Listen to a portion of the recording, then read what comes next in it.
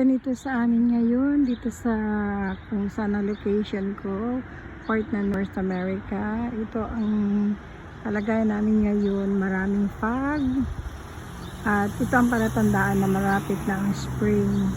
Sa ngayon nasa winter pa rin kami, malamig pero ma-foggy siya. So far ngayon taon na to wala kaming gaanong snow, kaya napakaswerte namin kasi hindi kami nagka-snow, pero malamig na malamig. Nagka-snow man kami sandali lang, mga 2 araw, tapos nawala na rin kasi nag-warm siya after.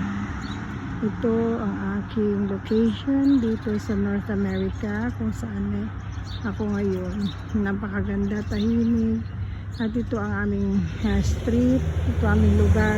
Wala kang makikitang tambay araw-araw, tahimik. Kasi mga tao dito, busy sila araw-araw. Walang tambay at walang traffic. Walang makikitang pakalat-kalat ng mga tao, tahimik. Kaso lang talaga napakalamig pa rin. Tsaka ito, masyado siyang ma-foggy. Very foggy. Yan. So, makikita mo ang street namin, tahimik, malinis, walang tambay, walang pakalat-kalat ng mga tao.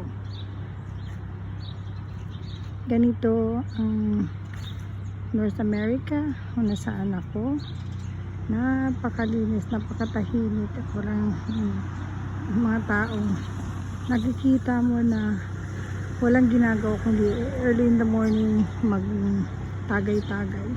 Dito wala yan.